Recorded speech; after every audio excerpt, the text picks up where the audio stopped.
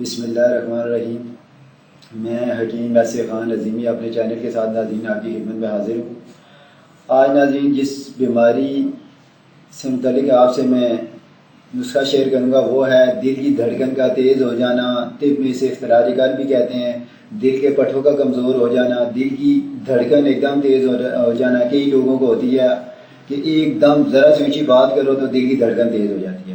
تو ناظرین اس کے لیے لوگ بڑے بڑے قیمتی نسخہ جات استعمال کرتے ہیں، لیکن آپ کو آج میں نسخہ جو بتاؤں گا ایک تو وہ نہایت آسان ہے، دوسرا سستا ترین ہے کہ آپ گھر بیٹھے بھی اسے استعمال کر سکتے ہیں اور ہر عمر کا بندہ اسے یوز کر سکتا ہے۔ لیکن اس سے پہلے میں نسخے کی طرف آؤں، آپ سے ایک بات شیئر کروں گا، وہ یہ کہ آپ کوئی بھی ایسی ویڈیو اگر دیکھتے ہیں تو یہ ضرور چیک کر دیا کریں کہ آیا یہ بندہ متعلقہ شعبے سے رجسٹرڈ ہے یا نہیں ہے۔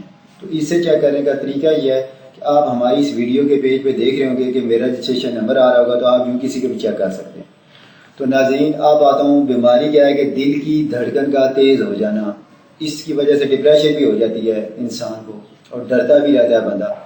تو اس کا نسخہ یہ ہے کہ آپ سونف لے لیں 20 گرام، دھنیا خشک لے لیں 20 گرام، چھوٹی الائچی لے لیں 20 گرام اور تباشیر لے لیں 20 گرام۔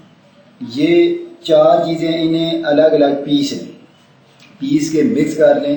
صبح شام دودھ کے ساتھ 3 گرام یہ نسخہ لینا ہے، 3 گرام صبح شام آپ دودھ کے ساتھ لیں۔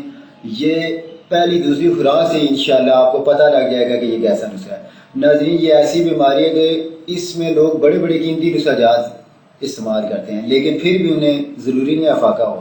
اور جو میں نے آپ کو نسخہ بتایا ہے یہ سستا بھی ہے اور آسان بھی ہے، آپ انشاءاللہ اسے استعمال کریں گے آپ کو پتہ چل جائے گا کہ یہ کیسا نسخہ ہے۔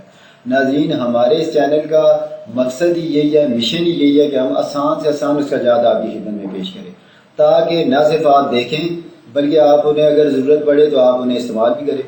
تو ناظرین اگر آپ کو ہماری یہ ویڈیو پسند آئی ہے تو آپ ہمارے اس چینل کو سبسکرائب کریں، تاکہ آئندہ کوئی بھی ویڈیو اپلوڈ ہوتی ہے تو آپ کو بآسانی مل جائے۔ اس کے ساتھ ہی ناظرین مجھے اجازت دیں، اللہ حافظ۔